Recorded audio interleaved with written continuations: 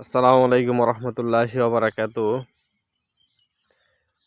ঝিনাইগাতী থানা, শেরপুর জেলা, পামনর গ্রামে আব্বাস আলী সরকার এখানে 15 কাঠা জমিতে বেগুন চাষ করছেন এবং এখানে চাষ করছেন মরিচ 5 কাঠা জমিনের।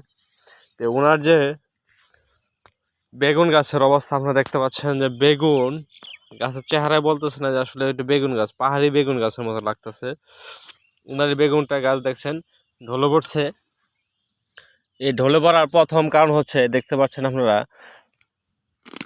এগুলো বেগুন গাছের যে পচন, শিকড় পচে গেছে, সেজন্য গাছগুলো মরে গেছে যত্নের অভাবে।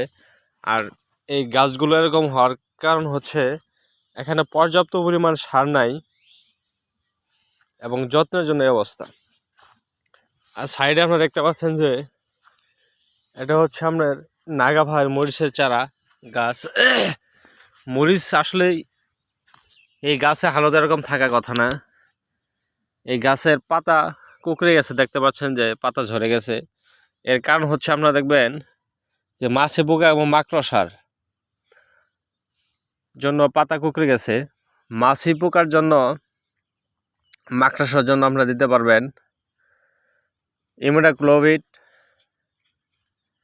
সাকসেস এর সঙ্গে থিওবিট মিক্স করে যদি আপনারা সাপ্তাহিক স্প্রে করেন, সেক্ষেত্রে আপনারা যে পাতা কুকড়া রোগটা দেখতে পাচ্ছেন, এটা মোটামুটিভাবে ইনশাল্লাহ সেরে যাবে।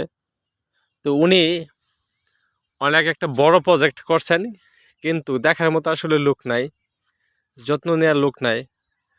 ওনার যে আর্থিক ক্ষতি হয়েছে, যদি আপনারা নতুনভাবে কেউ সবজি চাষ করেন, তারা অবশ্যই পরামর্শ নিয়ে চাষ করবেন এবং যদি চাষ করেন যত্ন নেওয়ার চেষ্টা করবেন। ওনার যে মরিচের গাছগুলো আপনারা দেখতে পাচ্ছেন, যে নাগা ফায়ার যে মরিচের গাছ, আসলে নাগা ফায়ার যে মরিচ, এগুলো আসলে অনেক বড় হয়, কিন্তু ওনার যে অবস্থা এখানে বলার মতো না। আরও সামনে দেখতে পাচ্ছেন উনি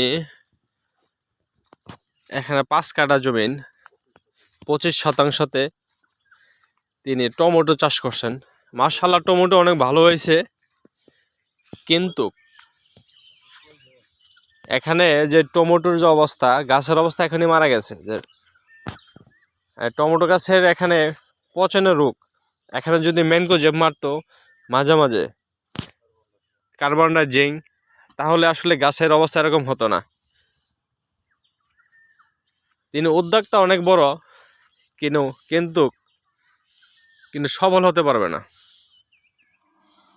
তো আপনারা যারা আসলেই কৃষিকাজ করতে খুবই আগ্রহী, এত বড় প্রজেক্ট না করে অল্প পরিসরে প্রজেক্ট করবেন, তাহলে আপনার জমির যত্ন নিতে পারবেন।